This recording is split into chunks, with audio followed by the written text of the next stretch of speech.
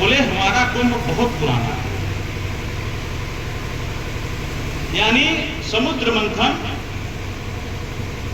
इतने वर्ष पहले हुआ था।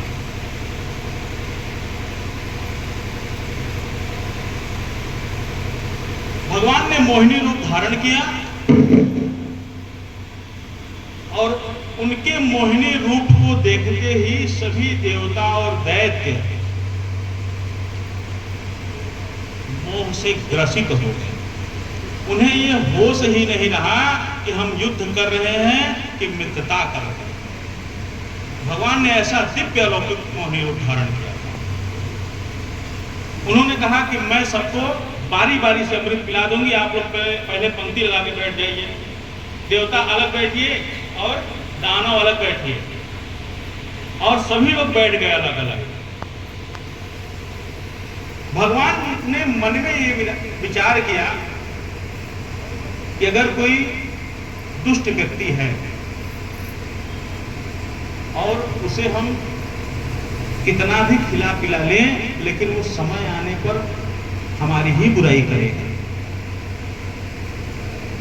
जैसे विषैला सांप है, उसे कितना भी पाल लें, लेकिन वो एक दिन हमें ही डसेगा। तो ये विचार करके भगवान ने कहा कि पहले इन दैत्यों को वारुणी यानी मदिरा पिला देते हैं और देवताओं को अमृत पिलाते हैं।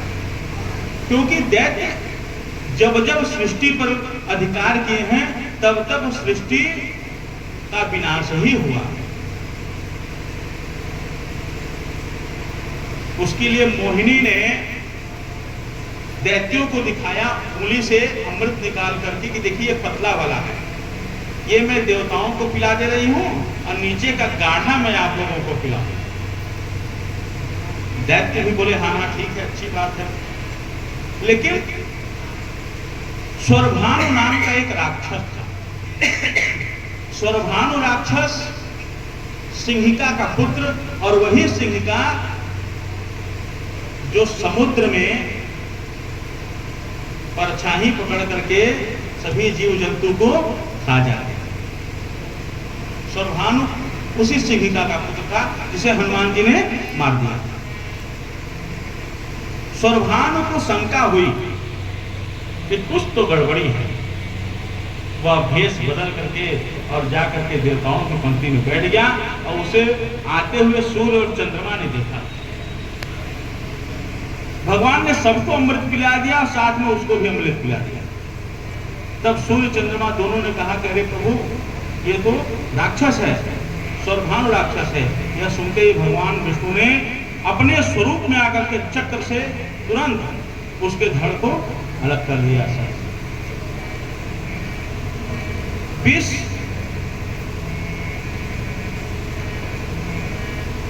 अमृत पीने के कारण उसकी मृत्यु तो नहीं हुई, लेकिन भगवान के सुदर्शन चक्र से कटने के कारण वह दो भाग में विभक्त हो गया,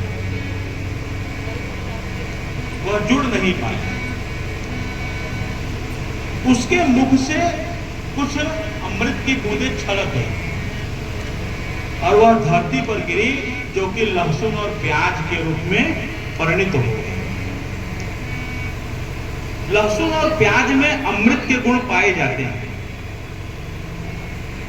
लहसुन और प्याज में अमृत के गुण पाए जाते हैं, लेकिन असुर के मुख से निकलने के कारण वह अमृत भी दूषित हो गया। इस कारण से हमारे सनातन धर्म में लहसुन प्याज वर्जित है। और वैज्ञानिक दृष्टि से अगर देखा जाए तो अगर आप लहसुन प्याज पूजन के दौरान अगर आप ग्रहण करते हैं तो आपको नींद बहुत आएगी, क्योंकि आप एक टाइम पूजन करेंगे, एक टाइम व्रत रहेंगे, और व्रत में अगर आप शाम के टाइम अगर भोजन करते हैं, लहसुन प्याज करते हैं, तो दूसरे दिन नींद बहुत आती है।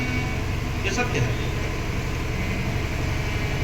तो हमारे ऋषियों मुनियों ने इसको अलग कर दिया कि ये अशुद्ध है और हमारी पूजा में, हमारे धर्म में कोई खलल ना हो।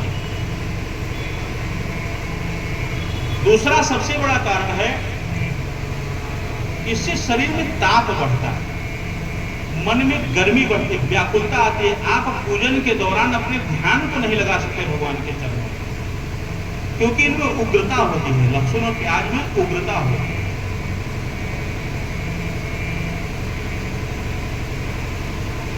हमारा शरीर पूजन के दौरान भगवान के चरणों में जब हम ध्यान लगावें तो शांत होना चाहिए, उग्र ना हो। अगर उग्र होगा तब हम भगवान की सेवा नहीं कर पाएंगे, हमारा मन विचलित रहेगा। हम फूल यहां चढ़ाएंगे, दिमाग हमारा कहीं और रहेगा। इस कारण से सभी लोगों ने लहसुन प्याज को अपने खाद्यान्न से बाहर कर दिया।